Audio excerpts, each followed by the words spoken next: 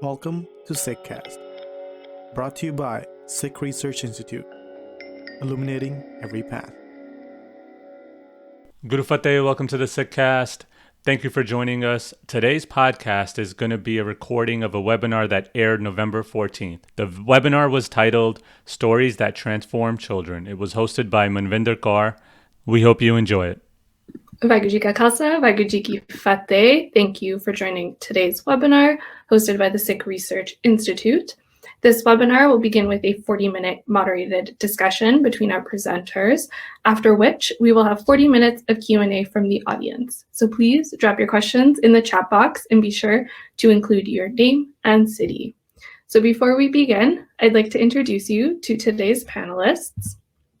First, we have Deanna Singh. Deanna Singh is an accomplished author, educator, business leader, and champion for marginalized communities. She authored 3 children's books, I Am a Boy of Color, I Am a Girl of Color, and Cloth Crown, and a leadership book, Purposeful Hustle. Singh lives in Wisconsin with her husband, Justin, and 2 sons, Zion and Zephaniah. This February, Deanna will be hosting a 3-day virtual summit, How to Be an Ally, where participants will learn a healthy, positive framework for talking about and taking action on racial equity in the workplace. And I'll be throwing a link for how you can register for that virtual summit in our chat box in a little bit. Next, we have Inni Kaur. Inni Kaur is the creative director at the Sikh Research Institute. Inni Kaur is an esteemed and passionate author, poet, and painter. Recently, she broadened her creative artistry into publishing a children's book series, Journey with the Gurus, that is inspired by the life and teachings of Guru Nanak Sahib. Her other children's books are Saki Time with Nani Ji, Thank You Vaheguru, Daddy's Turban, and The Story of Us. Today, she resides in Fairfield, Connecticut, USA, and continues to bring multifaceted perspectives to her work. And lastly, we have Simran Jeet Singh. Simran Jeet Singh is a writer, teacher, scholar, and activist. Simran is the author of a new children's book from Penguin Random House, Fauja Singh Keeps Going, the true story of the oldest person to ever run a marathon, the first from a major publisher to feature a Sikh story. Simran is currently writing an adult nonfiction book for Penguin Random House entitled More of This Please, Sikh Wisdom for the Soul. This fall, Simran is teaching a program at Columbia University and Trinity University, on anti-racism as a spiritual practice. Please welcome today's panelists. Hello, everybody. Thank you so much for having me today. Great. Thank you all for being here today and for everyone celebrating, whether it's Bandi Chor Divas or Diwali. I think this is a great way to start our day. The story of Bandi Chor Divas is dear to the community, as we know, and what better way than to start the day by speaking about narratives and storytelling.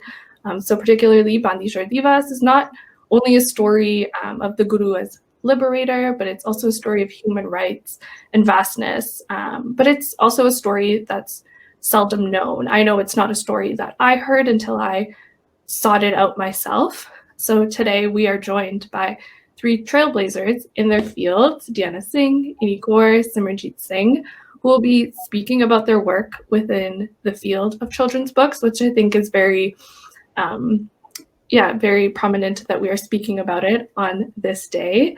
So as we think about stories and what stories get told, I think in the COVID era, narratives around Sikhs have really focused around Sikhs serving langar, or particularly where I'm located in Canada, unraveling their dastars to save individuals who are drowning. But I also think in a post-9/11 world, mainstream ideas of who Sikhs are is at least somewhat clear. We know how popular media portrays Sikhs as IT specialists, as cab drivers, as convenience store owners, or as goofy sidekicks. We even, I think, sometimes do it to ourselves, where we create caricatures of our own communities. But like I said, today's panelists who are joining me today are challenging these narratives through children's books, among their vast other avenues where they're doing this challenging as well. They challenge these narratives through what I believe are true characters. So with that, I'll begin our conversation and I'll I guess my first question to Simran Jeet. Simran Jeet, thank you for joining us.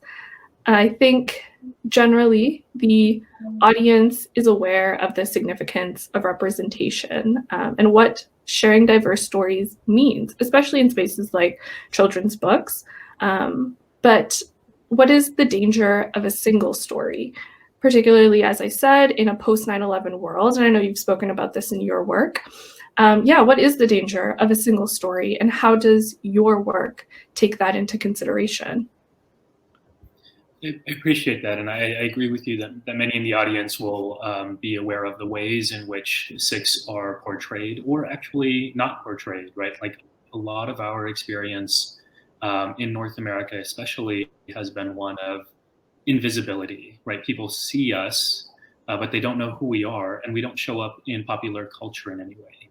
And that is a really painful experience for many of us and our families. You know, this is something my parents struggled with when they first moved to the country. What does it look like to find justice and fairness for your kids in a world where people don't even know who you are and they don't care, right? That's a real challenge.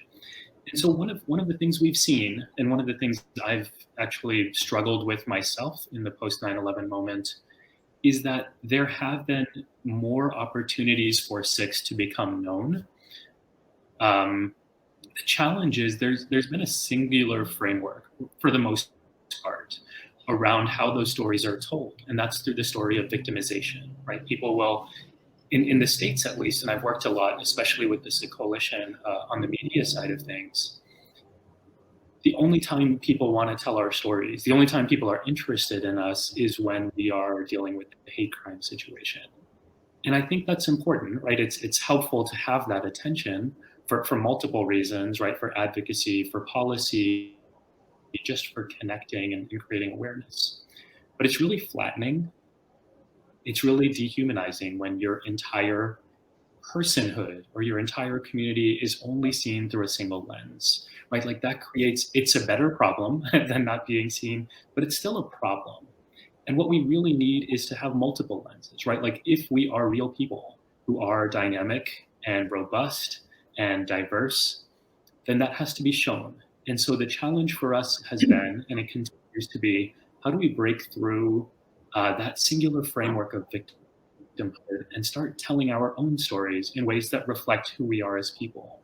The authenticity that comes with that only comes when we are telling those stories. So I think there's a need for us as a community to seize power, right? To say, we will tell our stories and we can tell our own stories. And that's what I love about what Deanna and Inni and so many others are doing in the community right now in a way that we haven't really seen before.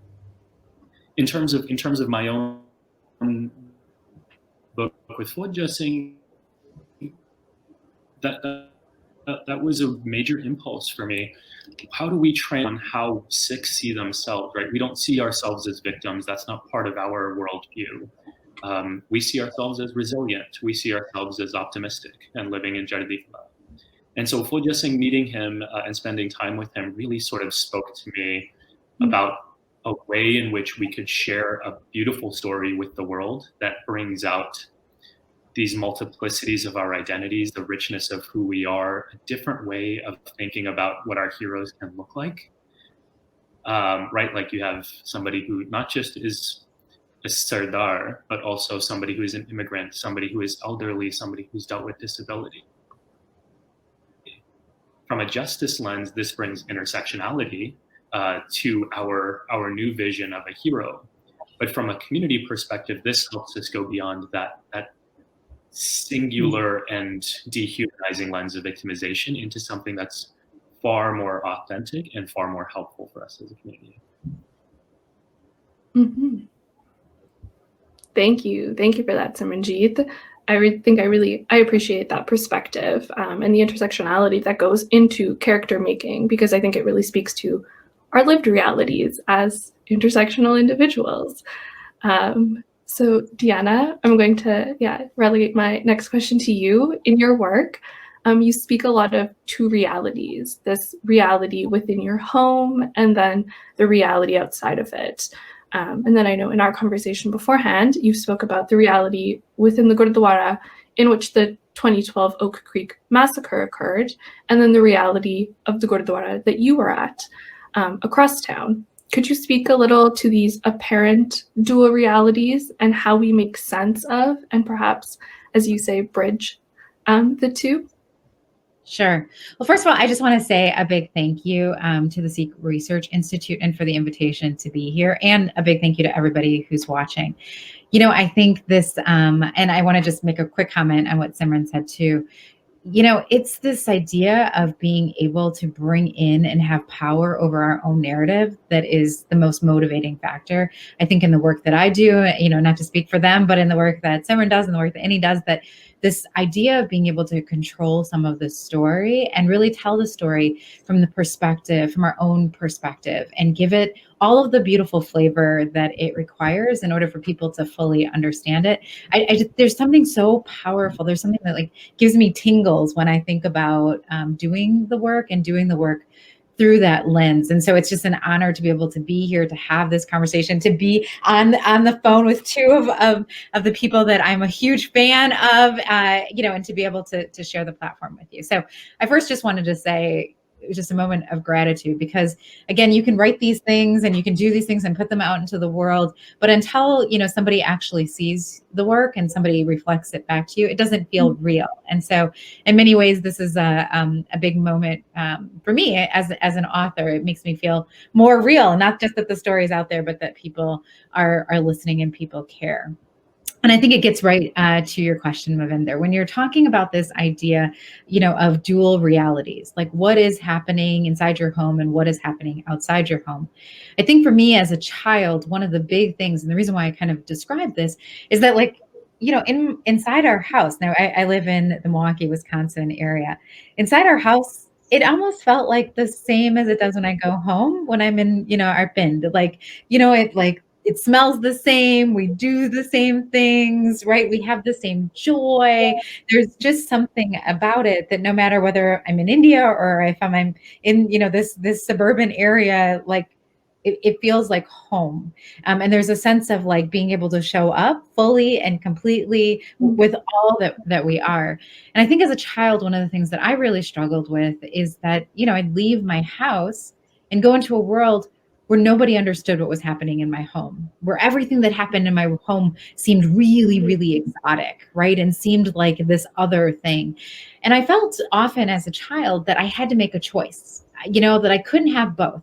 I could be, Indian, I could be, I could have roti and dal, and I could speak in Punjabi, but I could only really do that at home. And at Gurdwara, maybe at my auntie's house or, but just only in those places. But then I had to be very different, right? When I was outside of that space. And I think those realities competed for me as a child. And one of the reasons why I really wanted to write The Cloth Crown is because I wanted to show that those realities don't have to compete. As a matter of fact, when those two realities exist together, first of all, they do coexist together, regardless of what anybody says. I am the same person when I'm here at home as I am when I'm in the community. So they already do coexist. But to give some narrative to that, to show what it really feels like, to show the challenges in those moments. And so, when you talk about these dual realities, for me, one of the way to bring them together is to tell stories, right? And to bring people into those spaces. And so one of my favorite things to do is to say, can I tell you what it felt like to grow up as a biracial woman in a suburb of Milwaukee? Can I just tell you what that was like and how it was hard and what was awesome about it? And I think that's a really big thing. I think the other thing that I found to be really powerful, and Simran, I really appreciate what you said. So that's kind of talking about home and outside of home. But to the second part of your question, and really speaking to the massacre of 2012, on that day, we were actually holding a kanbar at the Gurdwara. My son was just born. He was just 3 months old. We were there. It was early in the morning. My family was getting all the food together. And I remember sitting on the floor, and I remember as things started to unfold around us, just thinking I can't believe this is happening in such a sacred place. And even though it wasn't happening in the Gurdwara that we were in, it was happening in the Gurdwara across town from us. There's only 2 Gurdwaras in this area, right? So it was, in the other one. I couldn't help think, like, what does this mean, right? What does this mean for me in this moment? And how will I tell this story to my children? Like, how will I be able to communicate to them not only how we responded, but who we are as a people and how this influenced us in this moment? And so to Simran's point, I think one of the things I've really tried to emphasize is that I'm glad that you're here, and I want to tell you who we are in this moment of tragedy. Like, look at how we have shined even in this moment of tragedy. But I also want you to be here tomorrow, right? And I want you to come back to this. I want you to come back to this community in more than just our painful moments. I want you to come back to this community in our moments of joy too, in our moments of celebration. And so I think that also, at least for me, infused. I didn't know at that moment, right? I had lots of things going through my mind. I didn't know in that moment that a book would come out of it.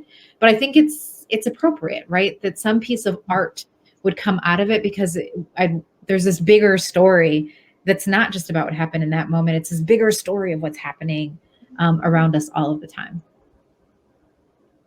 Mm-hmm. And I think that's what I found particularly poignant about you telling that story was the response. And I thought that was a great way of understanding and thinking through such a tragic moment. So thinking more widely about representation and the characters that we portray, I know, Inni Kaur, some of your work differs from the other panelists as it explicitly tells stories rooted in Sikhi. And your latest work kind of implicitly invokes representation, where one of the characters just happens to be Sikh. Could you share a little bit about this journey of how you've understood representation? Definitely. I'll speak to that. But, it's really great to be here with Deanna and with Simran to speak about something which is so dear to my heart. To Deanna's point, when she was talking about the massacre in Wisconsin, we don't have a book to honor, to capture that. But then we also do not have a book on 1984, right? And why is that? That's the question. So those are the things that, yes, while we celebrate, we must also honor the things that have happened to us as a community, because if we do not tell that story, no one's going to tell that story. And who best than the people who have been through the process and suffered at multiple levels. That story, 84, touched each one of us at a very different level. Wisconsin touched us at a very different level because of time. What if we had something that would bridge that, as how do the Sikhs respond to that? But also to tell that in a way where it is not, as what Simran has said, and Deanna, that being the victim. I mean, that's the danger of that one story, of always talking about the bullying, which is important. But when you just focus on that moment, you've actually made us to be much smaller than we are. So to your point, Manvinder, you asked, my first focus was actually the faith, the guru, because we did not, and I still say that, the books that I grew up with biblical stories. I did not know Sakhis. I did not know the parables of the faith. I grew up with biblical stories, beautiful books, illustrated, German illustrations, literally magical, about the life of Jesus. And literally, I was drawn to it. And then when my children were born, there was nothing like that I could give them. I mean, keep in mind, if I'm giving them Angelina the ballerina, and then I'm also giving them something which has been produced from India, which is on, less than adequate paper, the illustrations and the English is that you're creating a difference right there. And so I began a little bit of storytelling to them about the guru, right? The little bit that I knew. And then later on, it really dawned on me, and the boys spoke, that you need to do this. And it was an uphill battle, because there was nothing, I knew what I wanted, but not having entered that field, I was not an author. but I knew I needed to do that. So of course it took time. It's been, 10, 11 years now. And it was really critical for me for the children to fall in love, or the children to have something magical in their hand, that magic feeling. And I wanted the children to be able to take that book to school, because I'm, being an educator, I'm very aware that the children have independent reading, but they couldn't take any of our books to school because they were not worthy of their teacher approving. And for me, the highlight moment was when the children said, this Journey with the Gurus got approved by my teacher. I mean, for me, that was it. Yes, it's gotten into where that child is comfortable enough to show it to his friend, to show it to her teacher, and okay with it. So my focus was really on the Gurus, and then also then it came into how do we celebrate, because the children want to be able to celebrate. We have bar mitzvah, we have christening, we have all these other things. What do our children have? Hence the title came of, the name came, Namkaran ceremony, the naming ceremony. And the second was Dastar Bandi, which speaks to that narrative of building the child. But my other story speaks to actually more so to Deanna and Simran Jeet, what they were talking about, the story of bus. That is where I bring in the principle of the faith, Ikyonkar, without really going there, it's that oneness. Deanna, you talk about that in your home you felt safe and, or you were fully present.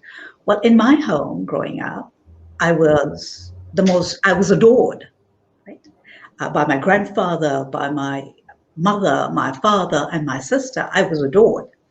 But I stepped out of that house and I was a child that was the last one to be picked to be on anyone's team. I was a child that was called black. I was a child that was said, if you touch her hand, you're going to get black. I was a child who went to, parents' homes, my friends' homes, and at, milk and cookie time, the mothers would say, if you don't drink your milk, you will be as black as any. So I grew up with that. So for me, Story of Us was when I was reading the book by Nayan Chandan, and he, in that first chapter, he said, we are all from Africa. It was like an aha moment for me. And I knew that I needed to write that book. I needed to write that for myself. And to be able to show that we come from the one place, we are the one, and that entire principle of Ikyonkar was right there. So that's why I didn't want to highlight any child. We're all one, and just have one Sikh character there. And the children have said, oh my gosh, there's a Sikh in the book. Because that's what I wanted it to be now. It's like, they're just part of the fabric. They are one, they are part of it. It's not a separate story. That same weight, I wanted them to have the same weight and the same voice, that they are one. That difference I wanted to take away from that. That was, and that's pretty much now where I want to focus. I do want to finish the series of the celebrations of what we have, the milestones, but I want to focus more on that, the oneness, the Ikyonkar principle of the faith, without making it religious, but definitely that underlying factor that we are one, that oneness, and how do we embrace that in every shape, way, or form. Thank you for that. I think, even just hearing the three of you speak, I think we hear the different characters that can be illuminated from within the community. And I think these varying understandings and ideas of representation are just that. They vary for all of us. And I know, Simran Jeet, your work touches upon these motifs of representation in mainstream media, along with everyone else's as well. And in our current moment, when hints of representation are popping up. So particularly I'm thinking about VP-elect Kamala Harris. So these hints of representations are emerging, and these moments of representation have come before. They've emerged before. So what do these these glimpses of representation, what have they meant historically, and what do they mean currently?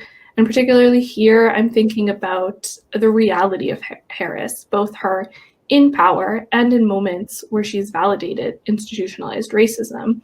So yeah, thinking about these nuanced examples, what has representation meant historically and currently, and how can we think through it and maybe critique it? Yeah, it's such a great framing of the question. It's not uncommon for us to get questions around representation. It's very uncommon to have such a nuanced approach, even in the way you articulated it, because the standard, there are two ways in which people typically talk about representation. They will either say representation is all we need to achieve liberation and justice in our society, or they'll say representation is just a facade and it doesn't actually do anything or change anything. And so those two perspectives sit on opposite poles of the spectrum. But I think what you're implying in your question, and where I stand with it, is that it's somewhere in between. That representation is progress, especially in a world where we haven't had seats at the table for people of different backgrounds, including for Sikhs. But it's not going to solve all our problems, right? There's something more that needs to be done. And your example of Kamala Harris is a very good one, that there is a lot of power in having a woman of color, a Black woman, a Desi woman, in this high office. But as we all know, and those of us who are engaged in conversations around race and racism often, there's a lot of internalized racism. There's a lot of internalized oppression, and each of us, turns that around and harms people in different ways. So it's just a very helpful framing for us to even just acknowledge that representation isn't going to solve all of our problems, right? Like, that's not what our life experiences tell us. Like you said in your question, Mandana, we've seen representation before. There are still problems, right? So that can't be true. It's also not what Sikhi teaches us, right? Like, what Sikhi teaches us is you do the work, right? You keep going and you work with justice. And this is, to me, a sign of progress, but it's not the solution. So what's the value here, I guess, is the question. And there are a number of ways in which we can think about it. In children's literature, why does representation matter? There's a lot of children's writers, and the scholar brought up this idea, talk about windows and mirrors. And it really resonates with me. What they mean by windows and mirrors is you can create empathy and humanize people by giving them windows through which they can see people and have experiences that they wouldn't otherwise, right? So imagine a white kid sitting in Texas, where I grew up, seeing this book with the Sardar protagonist, and just seeing them as a family, as good people, as people who have challenges and overcome them, right? Like, that's a way of connecting. But it's also a mirror. It's a mirror for us and our kids, who can then imagine themselves as being the protagonists of their own story, as having resilience and perseverance and all these values that we want to instill. And so that's one example, right? Like, I'm thinking of my own daughters seeing Vice President Kamala Harris as a Desi woman and saying, oh, that might be possible for me one day. And I think the reason that we know this to be true is we've all had experiences, including myself, of setting limitations on, like, me growing up in sports. Like, it was really hard to imagine being a professional athlete because I didn't see any Sikhs in that world. And the same is true across the board in all of our spheres, right? And so there's something really powerful there. The other thing I want to say is that when we increase representation and we have diversity at the table and we bring our voices to the table, then we have the possibility of doing better, right? So, like, there are lots of ways in which Sikhs and other minority communities are harmed by policies that would not that are not malicious in nature, but have just been instituted by people who weren't thinking about us and our lives, right? Like a lot of the headwear policy. I mean, it takes sports for an example. A lot of headwear policy is not considering, they were not written to exclude. It's not intended that way. But there just wasn't that sort of representation at the table. And so this is progress in that sense too. It will set us up for dealing with the direct forms of racism that we encounter by creating connection, but it'll also help us deal with institutional racism that our community struggles with, and create more opportunities for equity and justice that we can all have. And so that to me is the value of the progress. And we want to be mindful of, it's not going to solve all of our problems, but it can really do some work for us. And it's really important for us to acknowledge that. If I could just jump on what Simran just said, and actually one of the things that Inni said. So one of the things that I'm able to bring to these conversations, so I want to like hit it right on the head, is that I am African American and I'm also Sikh, right? So I have these two worlds, and I grew up at the intersection of East and West, and grew up, really representing in many ways what President-elect Kamala Harris represents, because that's her background also. And so what I would add, I agree 100% with what Simran said, but I would also illustrate that, or I'd articulate here in this moment that what Inni said is just as important, right? Like that there is some things that are happening within our community where I would get conversations. Are you Indian enough? Are you African American enough? Right. And I think that even during the election cycle, there were a number of people, and I was part of a lot of conversations where people were saying, well, she's not Indian enough. Or she's not African American enough. And I think that the other, so I would say that if I added a third thing to what you just said, Simran, is I think there's another part here. There's also a part for us to do some internal work as a community, for us to really think about like, how are we, we're in all these different places all over the world. We are growing in our intersectionality, and how do we create a space that really welcomes the fact that we have these intersections? And so I think there's another opportunity just within our own community, not just, in our representation, not just in what we do, with this moment or what we do when we're at the table, but also like how we're talking about ourselves and how welcoming or non-welcoming we're being for the different things that are happening within the community. I would have loved as a little girl to have a Kamala Harris, because it would have been like validation that I'm okay, right? That it's okay to have this unique mix, as opposed to often feeling like, nope, you have to choose. You can't be both. Yeah. I mean, when Simran was speaking, a thought came to, and it's because this is just happening right now. When, if you're not on the table and the policies that are created, and right now there seems to be a feeling that people are jumping on this bandwagon, wanting to include everyone in. And I'll give you an example. So I was asked to consult on a book, and it came to me, and it was a Sikh character, and so I had a call with the author. I said, why did you choose the name of that? How did you decide that name was the appropriate name? Because this is the main character of the book. And he said, well, I like the sounding of the name. And I said, but this name doesn't fit the community. This name does not represent. Well, I said, are you going to be talking about this man's village? And oh, yes, of course. I said, you haven't done your homework. Just because you like the sound of the name doesn't mean it is the name. And you are basing this entire novel on a Sikh character and the relationship with the World War, whatever. And that part is so dangerous that even we get represented, it's not accurate. It's like, what is this? Yeah. And that's the part where, I don't know if Deanna, you or Simran, where, you want to have more of the say and being at that table. At the table where the publisher are there, or the thing, like, you can't put this out. It doesn't speak to the community. This doesn't fly.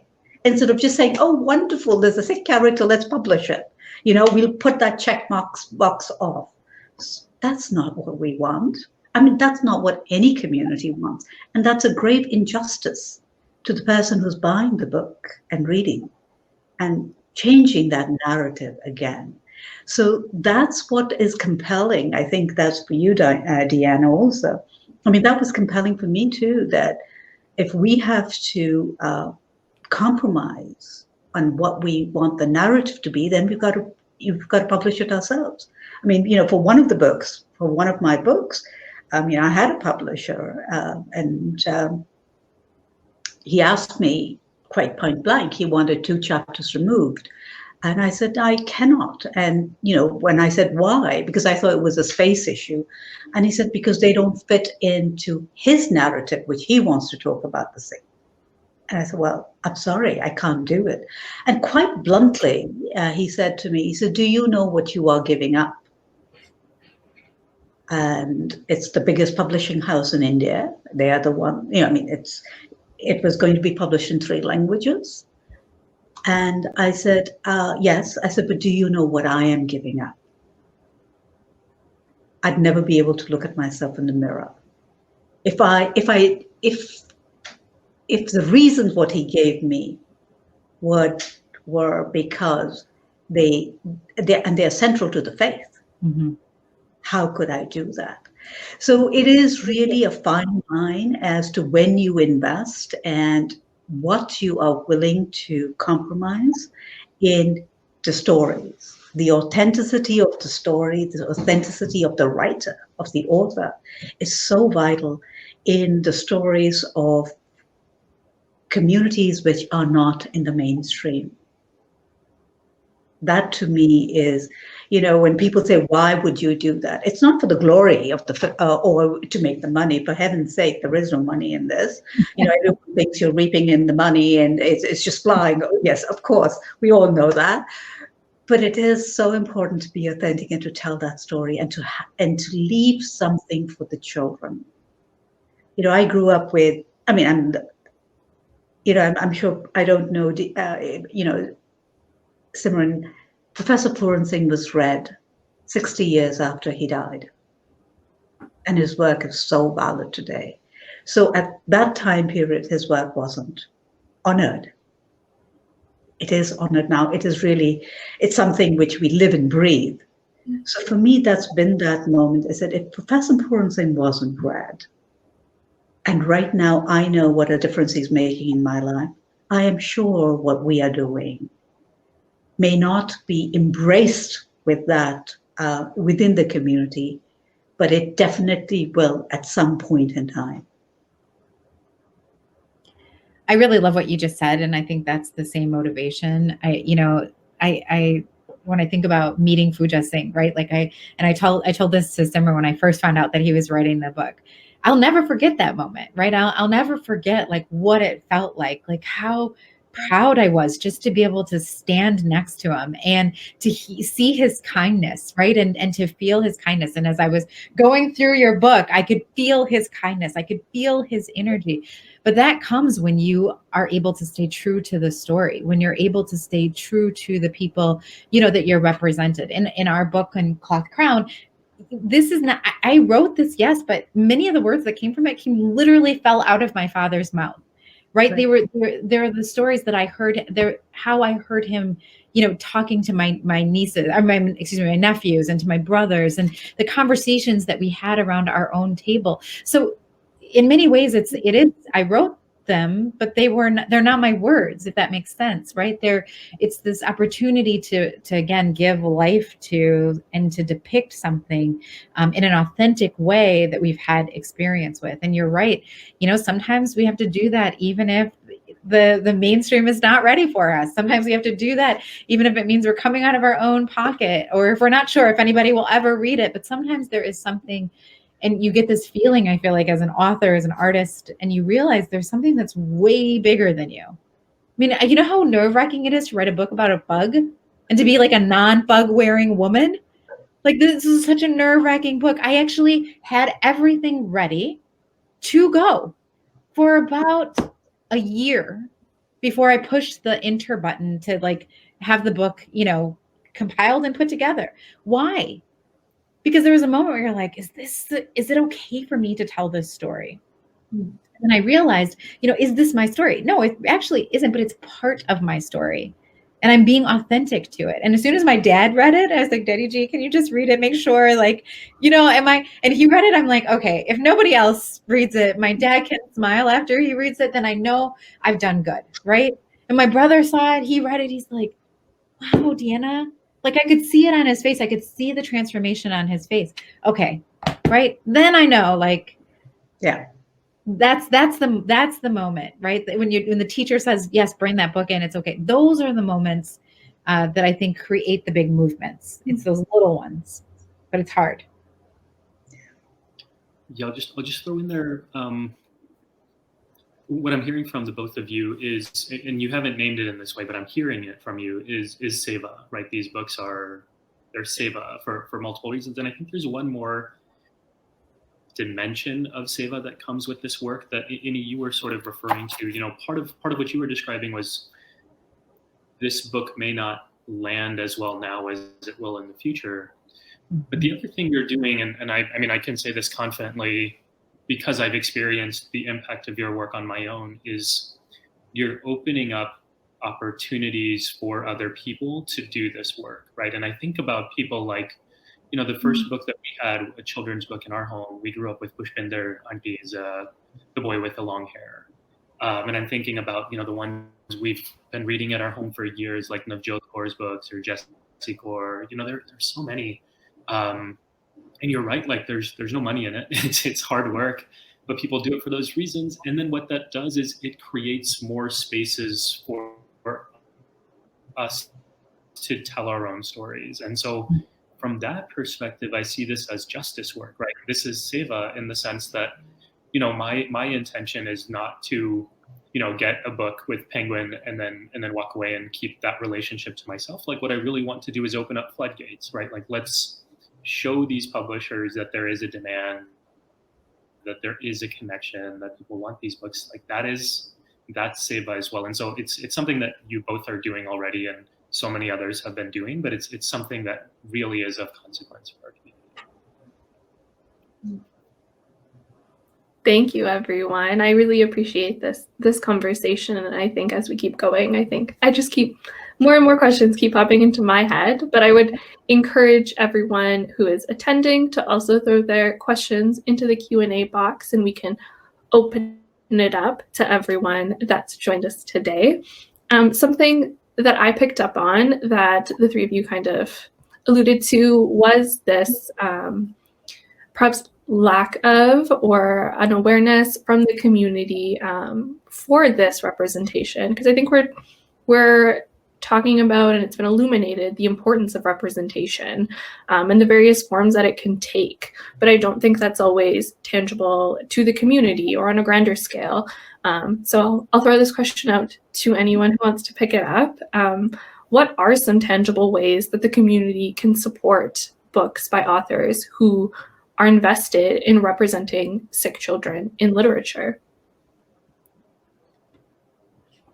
Buy the books. Tell your friends about the books, right? I think that's probably the simplest thing that you can do. And again, it might sound coy. There's no ill intention behind saying that. The reason why it's important is because when you buy the books and you share them with your children, or you share them with your school, or you share them with your library, what you're doing is you're getting at the core of why we wrote them. You're getting the message out, and you're giving it to people who can see themselves in it. So again, there's no financial gain in this. This is heart work for sure. But the reason why that's important is because the stories, you want to see a sad author. I always tell children, if you want to see a sad author, it's an author who has no readers. And so I think the number one thing we can do is to tell people, buy the books, share the books, ask for the books when we go to wherever we buy our books from, so that they put them on the shelves and keep them stocked. That's the kind of work that can be done at the individual level that has, I think, really grand impact. It's interesting you asked that question, and it's something which I have struggled with, because while Deanna is very good at, buy the book, it's very hard for me to say buy the book, because I come from maybe a different school of thought, or maybe it's a different generation, which says, the minute it leaves you, it's no longer yours. You've put it on that platter, and now it's the universe. Will do what it needs to do, because you've put it on the platter, you have offered it to the people, you've offered it to the community, to the world. Now it's the effort of the one who wants to consume it. That effort is not my responsibility. I've done my bit of putting it on a beautiful platter and offering it to the universe. It's hard for me to, actually it's extremely challenging for me to say you need to buy the book. Because, Professor Puran Singh is such an important figure in my life. And I related to that. I related to him, and that this man was this giant of thought. And if he was not recognized in his time period, who am I? So it's, for me, it's that. While I agree 100% with you, Deanna, and actually I would love it if people don't even buy it, just go to your libraries and ask for it. Sure. Have them buy it, but that's what it is. But because I'm so attached to Puran Singh, that it's a hard journey for me. But thank you for saying what you did, Deanna, because and that's what we do, is that something which is difficult for me to say, you said it, bravo, thank you, I honor it. And so tell us something. I mean, just to be clear, I do also do what I profess. This is not something I'm just saying, right? Like this is something I believe in, not just my book, but all of them. Great. That's what, to Simran's point, like that's what's going to get people who have more power and authority to distribute and get them into Scholastic and all these places. The reason they'll do that, it's sort of, what comes first, the chicken or the egg kind of a thing. Like in order for big publishers to take on this work and have more characters and have more representation, we have to we have to be able to demonstrate that we're able to do it on our own too. And you help us create that case. Yeah, I'll echo that point, Deanna. I think so. To sort of take a step back, I think if we're looking at this as a way of building community power and of doing seva for our communities, then first we recognize the problem, and the problem here is that, and I dealt with this firsthand as I started pitching books to publishers. No one's interested. No one wants a book about Sikhs, and the reason that they say that is there's no market. There's no proof of market. And the reason there's no proof of market is that this is the chicken and egg thing. Deanna's saying, like, no one's tried it. And so now we've tried it. We have these books out there, and now we have to show them that there is interest. And so it's not just about buying the book. If you can, that's great, and that's wonderful. But there are other really easy things you can do, like requesting your library or your local bookstores to stock them. That's really big. You can go on Amazon or other websites and rate and review the books. You can go to Goodreads and submit a review. Like, these are 2 to 5 minute tasks that you can do that make a significant incremental impact. And so, and just the last thing I'll say is Kaur Life, the blog, KAURLIFE.org, has this beautiful post about a listing of all the books with Sikh characters. And so you can sort of get a catalog and spend an hour and just knock out a bunch of reviews and give every single book a bump. And that's what we've done in our home, and I would encourage you all to do this. Mm-hmm. Thank you, everyone. I think for me, it seems like it's both the purchasing the book and taking those small incremental steps. It's also, of making that conscious choice to purchase a book from someone from within the community, which I think, as I look to buying presents for my little nieces and nephews, that's definitely something that wasn't available for me before. But now, as I'm exposed to this world and I engage in this conversation, it's an easy and wonderful present for a 3 to 4-year-old. So it makes my life a lot easier. So maybe we do have one question from the audience. It is from a young member. My name is Deanna Singh, and I'm 12, and I live in New Jersey. Your books are so good. How do I make a children's book for everyone? No, that's a vast question, but I thought I would honor this and ask it to everyone. So I would love to just share something really quick. First of all, Adit, that's amazing. And I'm so glad that you're thinking about entering into the world of storytelling.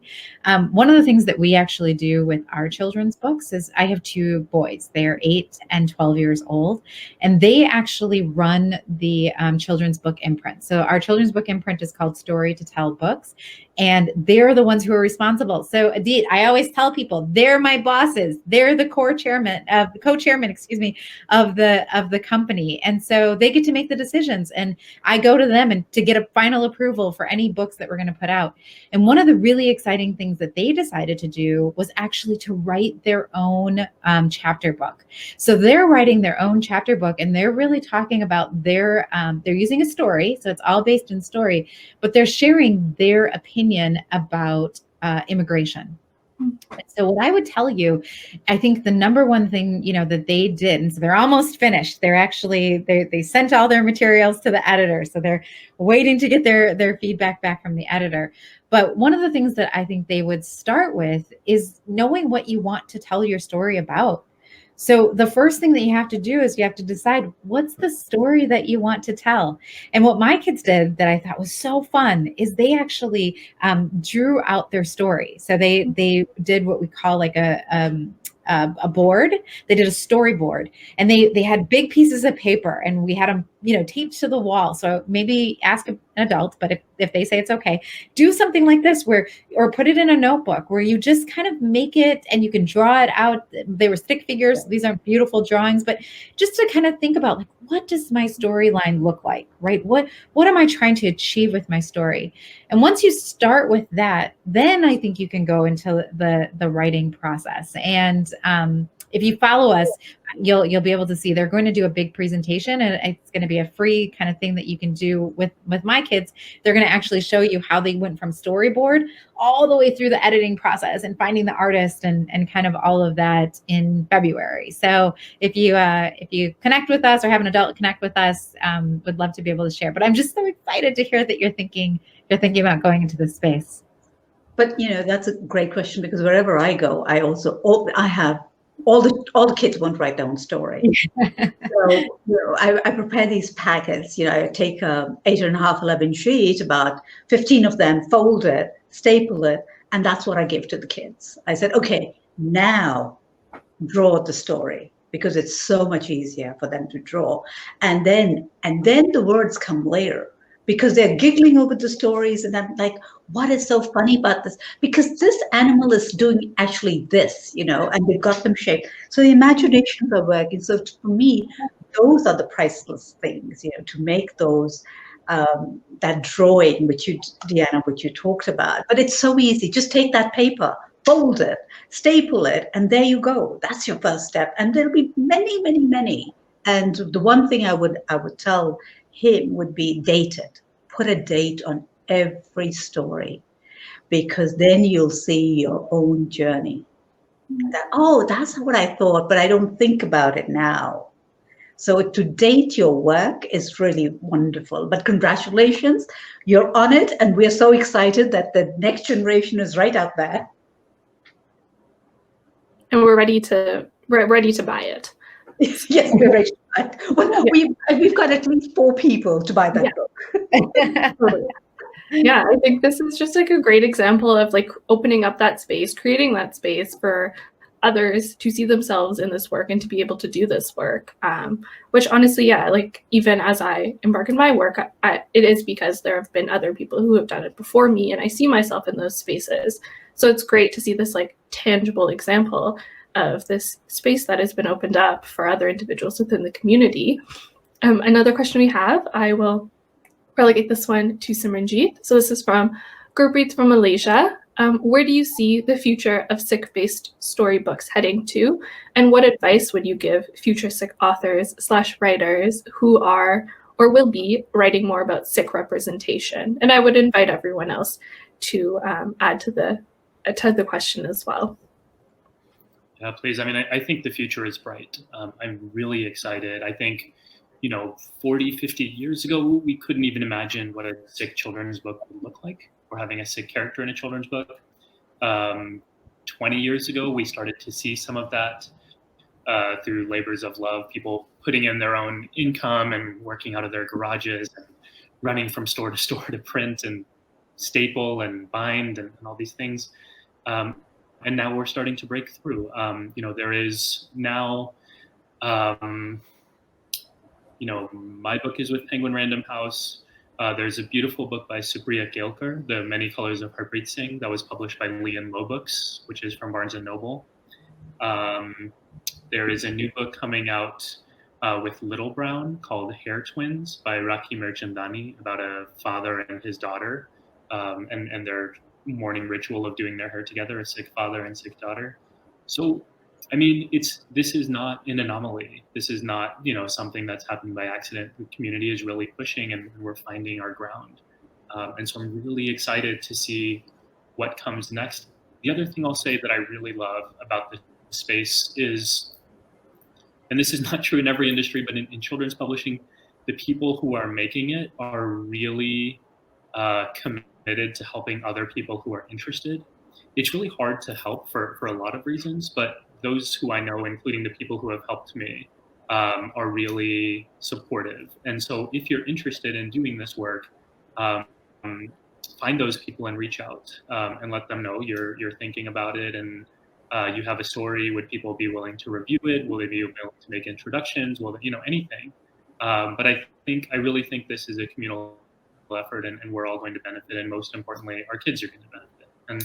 And so that's, I think, where things are headed and why I'm so excited about it. And I would also say this is true in other genres of writing as well, that it's not just children's literature. We're making ground in other fields as well. And we're starting to recognize, like a lot of marginalized communities, that we actually have things to contribute and people really want to hear from us. And so just know in your heart, even when the publishers or the agents say this is not relatable, just know that it is, know that you have something valuable and keep putting it out there. And eventually, and I'll just say it for myself, this was not an easy process to land where I landed. I'm grateful that I have, but don't feel like, you see a success and everything was perfect. I think it's a hard process for everyone, every author I've ever talked to.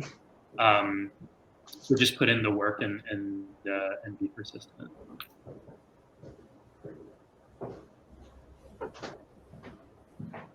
Awesome. Thank you, Simran Jeet. And if anyone else wants to chime in, please do feel free. But I do think, particularly from the last 10, 11 years, the number of Sikh children's books that have come up have accelerated.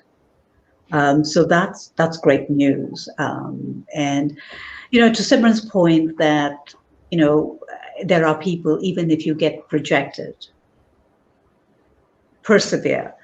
And the point is, what Simran was so right, because if you truly believe in it, don't wait for anybody else. And this is where, I want to tell the story of, when my father, when he was in Kuwait, he had come from India, and he loved to play cricket. And the Britisher, the Englishmen, as he calls them, did not want, of course, the Indian to play on his team. And he whined. I mean, he was probably 20, 21, and he whined to his father, they're not letting me play. They don't want me on their team. They don't want this. And my grandfather just turned around and said, so make your own team. I mean, it was that, just do that. And so he took the ship back to India and got gear for, I think, 4 teams and started his own team. So that's that spirit. Don't let anyone say that you can't do it or that your story is not worth it. Even though you invest, because it'll make it easier for somebody else. And now, I mean, he has a team, he has a shield under his name. That's not the point. The point is you do it. Don't let anyone else define you. It's always been that you control your own story, you control your own narrative, and don't let anyone say that you can't do it and that your story is not worth it, because your story is worth it. So just go for it. And I think it's also, it's a valid and relevant and also laborious process, but I think it's worth it. If anything, I think having the people in this conversation speak about their experiences, I think really illuminates that. And I know all of the panelists today in their own ways are either part of or interact with educational organizations. And I know in the chat, there's been some suggestions around how we can make these stories more accessible and available to the wider community. But I guess the general question I can throw to the panelists today is, how do we make sure that parents and educators and childcare workers in all capacities are engaging with and sharing these stories? Are there any ways that you've found particularly fruitful? I think just making the suggestion can go a really long way. So I think one of the things that I have found to be really powerful from people all over the world is going and having those conversations, like Inni was saying, with your library and saying, you know what, I really would love to see more representation. Here's a list of books that would be great for you to showcase and to have as part of your collection. Going to your local, bookstore, whatever that might be, and saying, I mean, a lot of those decisions, right, are made by customers. And I think that oftentimes we leave that power on the table because we don't even ask. We don't say, I'd really like to see these books and a lot of these books being offered. I think another thing is with our teachers, just saying, hey, do you ever do anything that really features or focuses on the Sikh culture? Is it something that can I share some resources from you? From the Institute, from a variety of different organizations that support our work as Sikhs. Can I share some of this information with you? I think it'd be great for you to be able to incorporate it in some of the things that you're already doing in your classroom. These are all very, very simple asks. And quite frankly, especially if you come with the resource list, right? If you come with the materials, educators, that's what they love. They love getting material and they love being able to share it with young people. But if they might be just missing the connection between the two, and you can be that conduit. I think the hesitation is, we like it or not, and I don't like to always fall back on this. But there is something resonant of the colonial culture where we feel that our books and our stories and narratives are not worthy for the mainstream. And that's a very hard bridge to take over. I mean, when I go to, homes and on their coffee table, I see books of every other country and European art and everything else. And I see nothing of Sikhs on that coffee table. It sends a very powerful message to the children that in your own home, if your coffee table does not have a book that represents who you are, that's the problem. That's a shift.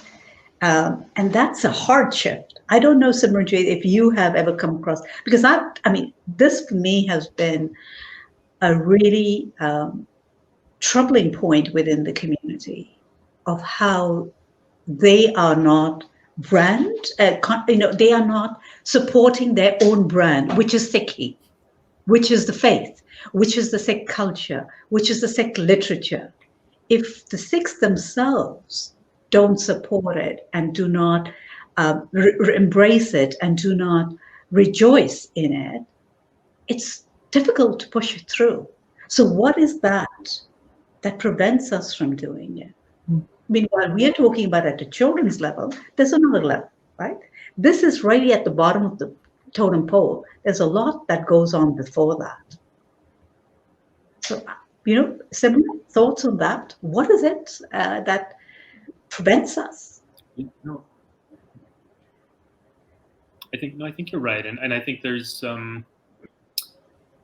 it's a collective psychology, and it's one that that we carry individually, and I'll be totally honest and say it's something that I've struggled with as well. And we all struggle with these things in various ways and at different levels. My struggle with it hasn't been, I'm proud of my tradition and have these things available in my home like that. That's never really been my struggle, but my struggle has very much been, do I have something to contribute? Do people care about our stories, and do people care about what I have to say? And that's, I mean, you're right. It's at various levels. Like I remember being in college and in graduate school and feeling so nervous about speaking up in class because I had those same questions, right? Do I have something to contribute? And it was all internalized, right? These are messages that we get from childhood, and social science research is showing us now the impact that these kinds of things have on us, that it's not just about representation, but all these other modalities of messaging that tell us you don't matter, right? Like I told this story recently. I remembered when I was a kid and asked a librarian, I was 6 or 7, I grew up in Texas, so I asked a librarian if there were any children's books with Sikhs or Punjabis in them, and they said it's not relatable. And I remember just being so upset by that and what that conveyed to me. And so like I pushed back, but also what happens, and this is like the way that we're talking about racism in this country, what happens when you're constantly weathering that storm, constantly being barraged by messages, implicit and explicit, saying you're not normal, you're not mainstream, you're not supposed to be represented. Like you can't help but take that in somehow. And so how do we overcome that? I think that's a real challenge. And again, I'm still struggling with that, and I'm pushing. But part of the solution for me is to look within our tradition and to see people like Guru Nanak who are not part of mainstream society saying, you know what, I have something special, I have a different perspective, and I'm going to share that with the world. And I believe that it matters. And for us to be walking in the footsteps of Guru Nanak, what does that mean? What does it look like for us to really embrace our distinctiveness with confidence, but also with humility? And I think that's such a tough line to balance. Usually we don't see that in our world, right? Either you have confidence or you have humility. But it's something that our gurus lived, and I think that's something that we have to learn how to strike that balance as well.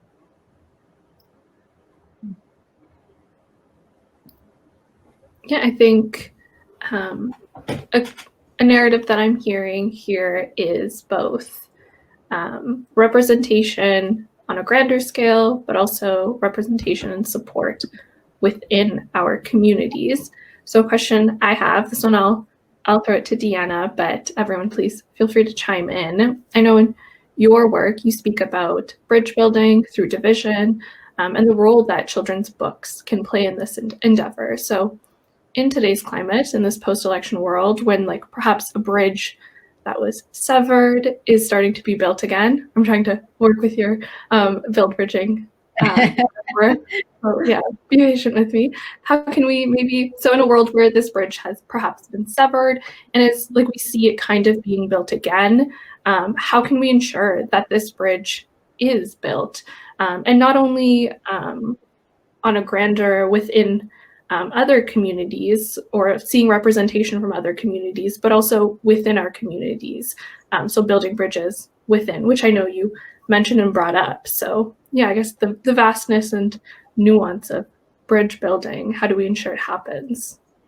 It's so interesting because I have spent my entire life working, as an activist, working with different groups, really talking about this bridge building programs, law, business, like all the different sectors, all these things. And what's so fascinating, I love to tell people this, but the first book that I wrote was called I Am a Boy of Color. So the first children's book I wrote was called I'm a Boy of Color. Then I wrote a children's book called I Am a Girl of Color. And then I wrote Cloth Crown, right? So these are the three books. And what's been one of the most like fascinating aha, duh kind of moments for me, like both an aha and like a duh, of course moments, is that by having a children's book, I have been able to have some of the deepest, most profound, most, I think, engaging, most challenging conversations. Because when you show a book and it's got just a beautiful child on the book, right? And it's a children's book, it's something that's accessible. What happens is that people put their guards down. People think, oh, I know a children's book, right? It's different than if you show a textbook. Then people kind of are like, oh, am I going to be able to handle this? Or, a novel. Oh, is this going to be too, whatever, too much of a story that I can't relate to? But a children's book, oh, I know a children's book. I can get behind a children's book, right? That's simple. That's not going to require me to have hours and hours and hours. I can do that relatively quickly. I can read that. And what's just so fascinating is that people will take it and they put down their guards are not up. And then they start to read through the stories.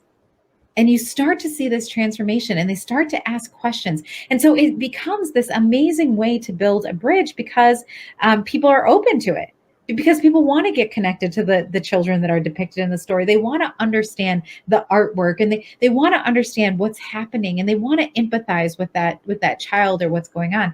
And so I think it's just been fascinating to me how much I'm able to do and have these difficult conversations and through something that's just beautiful, right? That's just has art at its core and that has and is based in literature and storytelling. So I think that when I think about bridge building, I think that one of the number one things, we talked a lot on this call about empathy, but one of the number one things you do is you build that empathy. And a children's book is like a fast, easy, accessible, but really, really powerful way to kind of engage people on this process of starting empathy. And if your bridge is built on empathy, then it will withstand, right? It'll withstand COVID. It will withstand having different political views. It will, if it's built on empathy, it can withstand the pressures that come from the world that we can't even anticipate right now.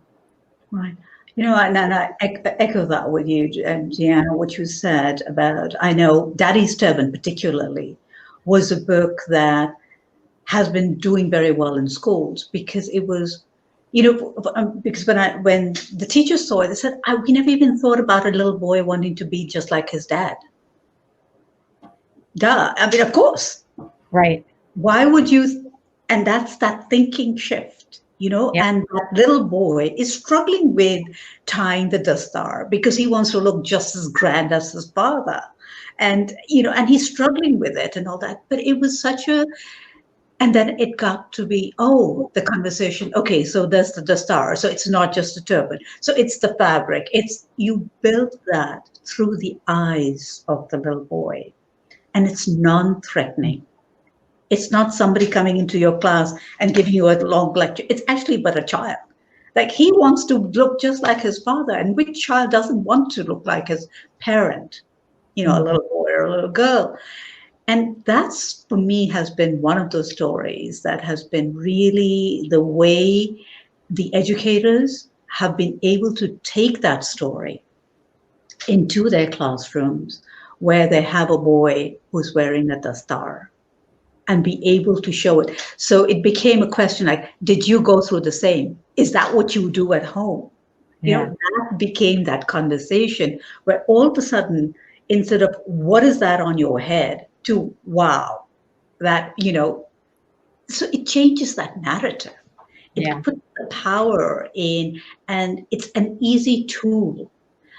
Educators need tools to be able to convey in a meaningful way, in a non-threatening way to their children. And this is that medium, the literature, the books are that medium that goes to them. So we think of, I'm sure all of us, I know for sure, look at these as tools which we are putting in the hands of the educators. That's right.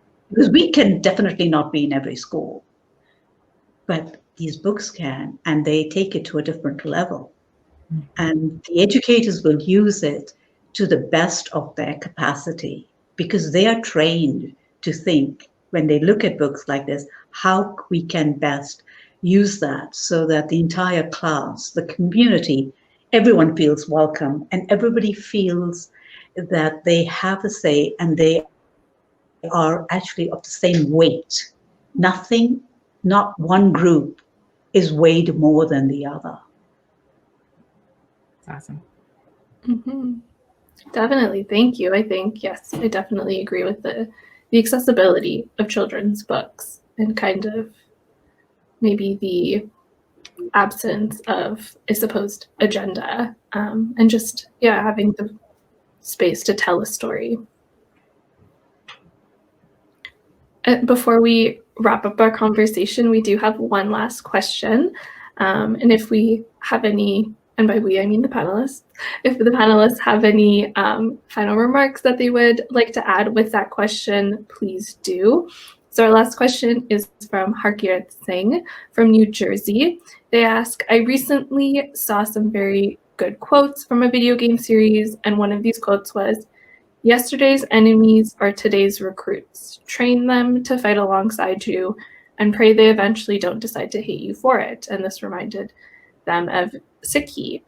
We make friends even though they are enemies. And I found this in many stories, even in some children's books. Is this what we have to follow in our lives? Or perhaps we can all reflect and think about this question that Harkirat has posed.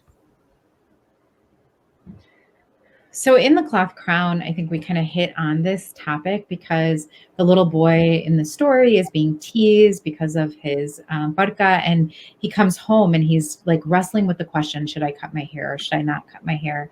And his father actually, says, let me tell you why. Let me tell you my own story of this experience so that you know that you're not alone. But let me also tell you why I wear my turban, like what it means to me.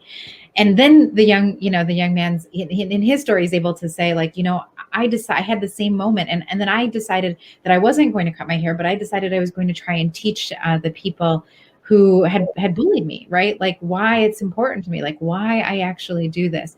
And as I was like writing the story, as I read it to other children, as, I even saw my own, father looking at the story, you feel this sense of pride, right? This moment where it's like, let me use this moment where maybe it feels painful, but let me use this moment as an educational moment, right? Like, let me use this moment to say, maybe the reason why you're bullying me or you're, which is awful and terrible, and I'm not saying everybody has to do and respond in this way, but let me, in this moment, use it as an opportunity to educate and to say, no, this is bigger than, maybe you just feel uncomfortable. Well, I'm just going to give you the benefit of the doubt. Like, I'm not going to even call you my enemy. I'm just going to think that maybe you feel uncomfortable and you're lashing out at me because you feel uncomfortable. Let me use that discomfort to actually educate you on why this is so important. Let me see if I can really get to the places that will pull at your heart. And I think that's the power, right? Like that if we come to people and we're like, rah, rah, rah, you're bad, or you better listen to me, or here's what what you're doing wrong. Are you going to change anybody? Not really. But if you come at them and you say, can I just show you the human side of me? And can I see the human side of you? Can I connect with who you are and why you believe the things that you believe? And can I show you my own story and why I believe?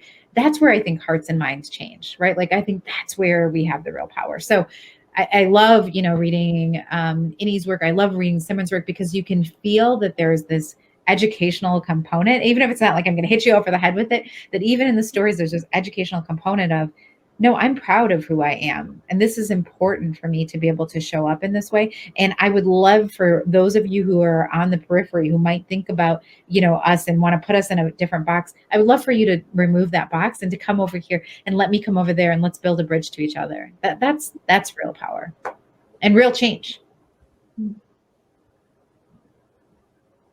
It was interesting when, Maglinda, when you were talking about, the question had enemies, enemies, enemies so many times repeated. And all I could think about was, there are no enemies in Sikh. We are one. There is no stranger, right? Yeah. So even this idea of the word choice of enemy is just not there. And that go back to the principle of the faith, of the oneness, of, incorporating that, putting that out there. It is such a foreign concept, because of the interfaith work that also I do, and I'm sure Simran Jeet also could speak to that this idea that there is that the light is an all and that light is the same is mind-blowing. Sab mein jyot, jyot hai soi. I mean, it literally shocks the interfaith world when I speak about it. And then you bring that down, and that's actually now going to be the focus of my work, is to take that particular principle and apply it to every book that I am going to be doing for the mainstream. That oneness, without even using any of the Sikh terminology, but that's the framework. So going forward, if you ask what is that's because in this today's day and age, that is what I feel the message of Guru Nanak Sahib is so important. And to bring that in ways, shapes, and forms which people can handle. And I think children's books are the easiest way, because if the child grows up reading that, believing that, we are winning. The world is winning. Everything that you learn up to the age of 10 is absorbed in your subconscious. You don't even understand. Anything after that, you have to work at getting rid of. And it's too late by the age of 10, sad to say. So we have that window of working with, with the children for the coming generations. And I'm so looking forward to that work. Truly excited to be able to do something magical there with that principle of Inni Kaur.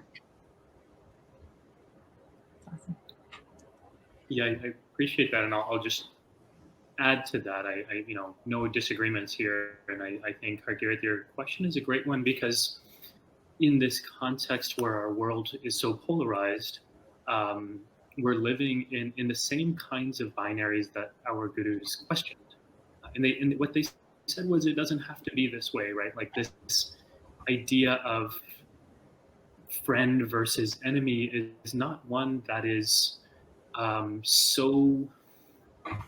It doesn't work with my understanding of Sikhi.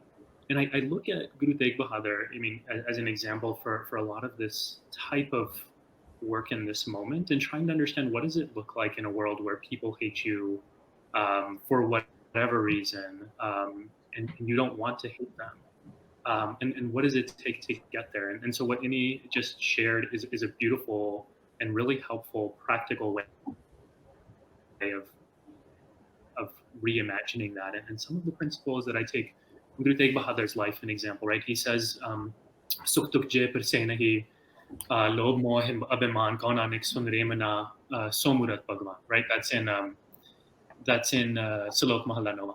And what he's destroying our senses of binaries. He follows that up by saying, Ustat nindya nahi je hai kanchan lo saman. He follows that up by saying, Harak sog ja kehna hi bari meet saman, right? So he's saying, like in this one, someone who's not affected by pleasure or pain. Harak sog ja kehna hi bari meet saman. Someone who sees friends and enemies. Bari, enemies, friends, meet saman. Sees them as the same. Nanak Sahib says, listen, oh my mind, those people are the truly liberated people. So what does liberation look like? Liberation for us looks like going beyond these binaries of good and bad, of friend and enemy, and being able to say, you may hate me, but I can find a way to connect with you and maybe even bring you along into connection. And I think that's what storytelling has the power to do, right? By introducing people to a book, kids to a character who they wouldn't otherwise know, and just connecting with them on a human level through their life story. Like that's real empathy, and that's real connection. And so I think I'm just trying to echo what I'm hearing from Inni Ji and from Deanna. Like that's what this work does. That's what these books do. And that's also like what, as a parent, I want to do for my kids. I want them to be able to learn to see the humanity in everyone that they meet, because that seems like a good life, right? Like that's where liberation comes. You're not weighed down by anger or any sort of hatred or toxicity that just creates so much pain in our lives. So I think to me, that's the value of this kind of storytelling, and how we can make it align with our statistics.